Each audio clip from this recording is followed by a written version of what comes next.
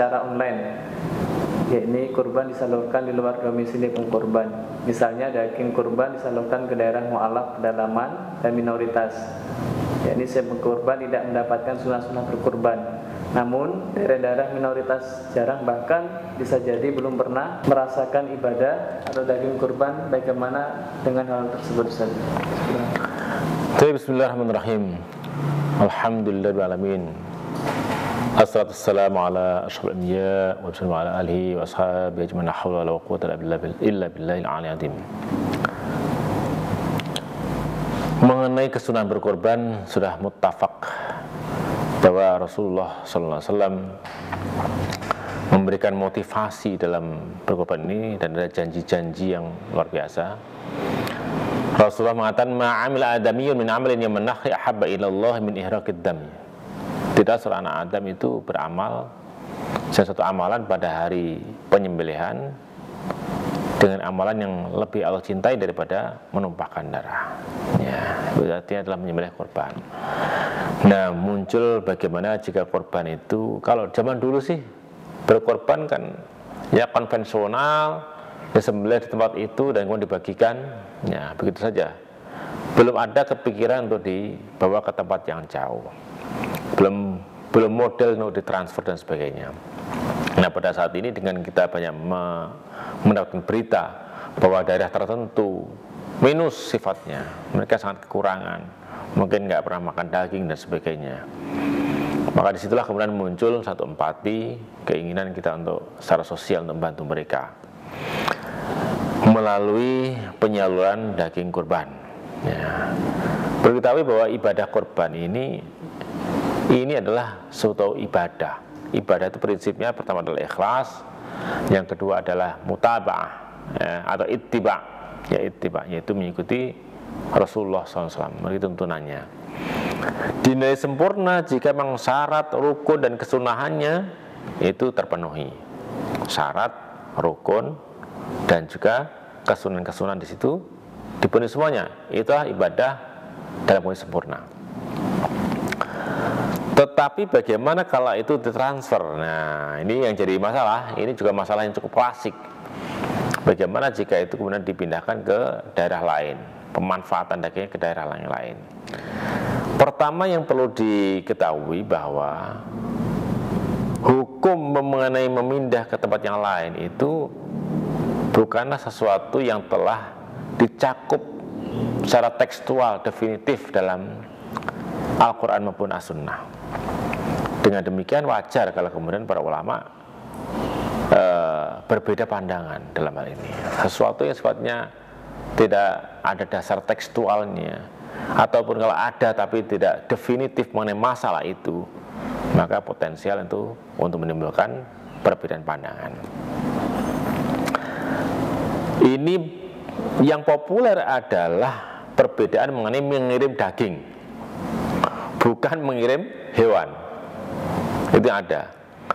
Sekedar mengirim daging itu ada perbedaan pendapat. Ya, padahal di situ ada perbedaan. Kalau mengirim daging itu berarti, misalnya kalau saya di sini, hewan saya ada di sini, saya sembelih sendiri. Bagian kesunahannya, syarat rukun terpenuhi, kesunahan menyembelih sendiri, kemudian mengucapkan berdoa saat menyembelih. Kalaupun enggak menyembelih sendiri, kemudian hadir, ya, hadir dan menyaksikan dan berdoa saat disembelih, itu semua terpenuhi. Mengambil sedikit dari daging itu, ya, dari daging korban itu untuk dimakan, terpenuhi juga. Kemudian sisanya dibawa ke tempat yang lain, yang seperti ini terjadi khilaf. Ya, ini belum berbicara tentang mengenai mentransfer hewan atau hewan secara langsung dalam kondisi hidup. Nah, Hanafiyah mengatakan untuk menyalurkan daging korban ke daerah yang jauh itu adalah makruh, kecuali di sana ada kerabatnya atau ke daerah yang masyarakatnya sangat membutuhkan. Itu menurut Hanafiyah. Malikiyah mengatakan haram, kecuali daerah itu memang ada pihak yang membutuhkan. Kalau membutuhkan wajib untuk dikirim ke sana, ya, membutuhkan. Syafi'iyah Hanabilah mengatakan haram, jika jaraknya lebih daripada jarak untuk mengqashar sholat, ya, kira-kira 85 kilometer kira-kira, ya. Ini perbedaan mengenai mentransfer dagingnya, ya. Walaupun korbannya sah, kalaupun dibawa ke sana korbannya sah. Kalau penyembelih di sini kemudian dagingnya dibawa ke daerah lain, tetap sah. Bagi yang mengatakan makruh maupun mengatakan haram, sah korbannya. Tetapi sikap membawa ke daerah lain itulah yang dikomentari oleh para ulama. Artinya berarti khilaf untuk membawa hewan yang belum disembelih ke daerah lain itu berarti lebih daripada itu, ya. Kesimpulannya tidak ada dalil definitif, ya. Yang kedua adalah terjadi khilaf secara muamalah tatkala orang itu mentransfer, sebenarnya mentransfer, kalau dia mentransfer uang ke lembaga zakat, ke laskah misalnya, atau kepada panitia untuk dibelikan hewan, untuk dikirim ke sana, untuk disembelih, secara akad muamalah itu sah. Dan itu adalah akad wakalah, akad mewakilkan untuk dibelikan, disembelihkan dan dibagikan. Nah, itu sah. Adapun aspek pemenuhan kesunahannya, ya, pemenuhan kesunahannya, tadi menyembelihnya setelah diwakilkan, ya, diwakilkan membeli, diwakilkan untuk menyembelih, bagikan, berarti korban sudah terjadi, sah. Ya, cuman kesunahannya menjadi tertinggal. Sunnah untuk bagi kalau orang yang mampu untuk menyembelih sendiri, kesunahan untuk menyembelih sendiri, kesunahan untuk berdoa saat disembelih, kesunahan untuk memakan sebagainya, itu juga tidak terpenuhi. Tetapi pertimbangannya adalah daerah sana itu loh, itu daerah yang sangat membutuhkan, itu saudara kita yang sangat membutuhkan. Sementara dalam kondisi seperti ini, orang untuk berderma secara terpisah ini juga lebih berat, ya, lebih berat.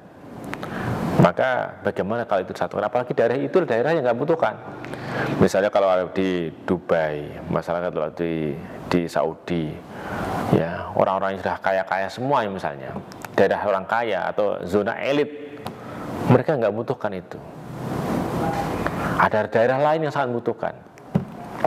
Disinilah kemudian setelah ada pertimbangan seperti itu, maka Syekh Abdullah bin Abdurrahman Al-Jibrin mengatakan dengan cara disalurkan ke sana itulah sesuatu yang masyru', kesunahan berkorban dapat, kesunahan untuk membantu saudara sama muslim dapat dua, ya. Kalau disembelih sendiri di daerahnya, kesunahan berkorban iya, kesempurnaan kesunahannya iya, tapi membantunya orang yang membutuhkan tidak dapat. Ya, disinilah memang tidak semua ini bisa terangkum dalam satu kali ibadah, tetapi masing-masing punya keunggulan, dan insya Allah itulah bagian daripada ijtihad ulama dan masih menjadi sesuatu yang disyariatkan. Ya, semoga niatan baik dari para muhsinin, orang-orang yang berkorban dan bantu saudara-saudara di tempat yang jauh itu menjadi amal yang soleh dan diterima.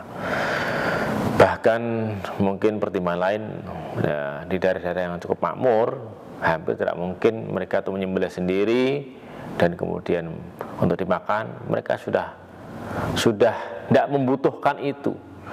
Bahkan kalau disembelih di situ dan kemudian dibawa pulang, barangkali malah nggak termakan, ya. Terjadi israf, terjadi apa? Terjadi tabdzir, ya, terjadi tabdzir. Maka tentunya diberikan ke tempat yang lain dalam pertimbangan seperti ini, maka terlebih baik.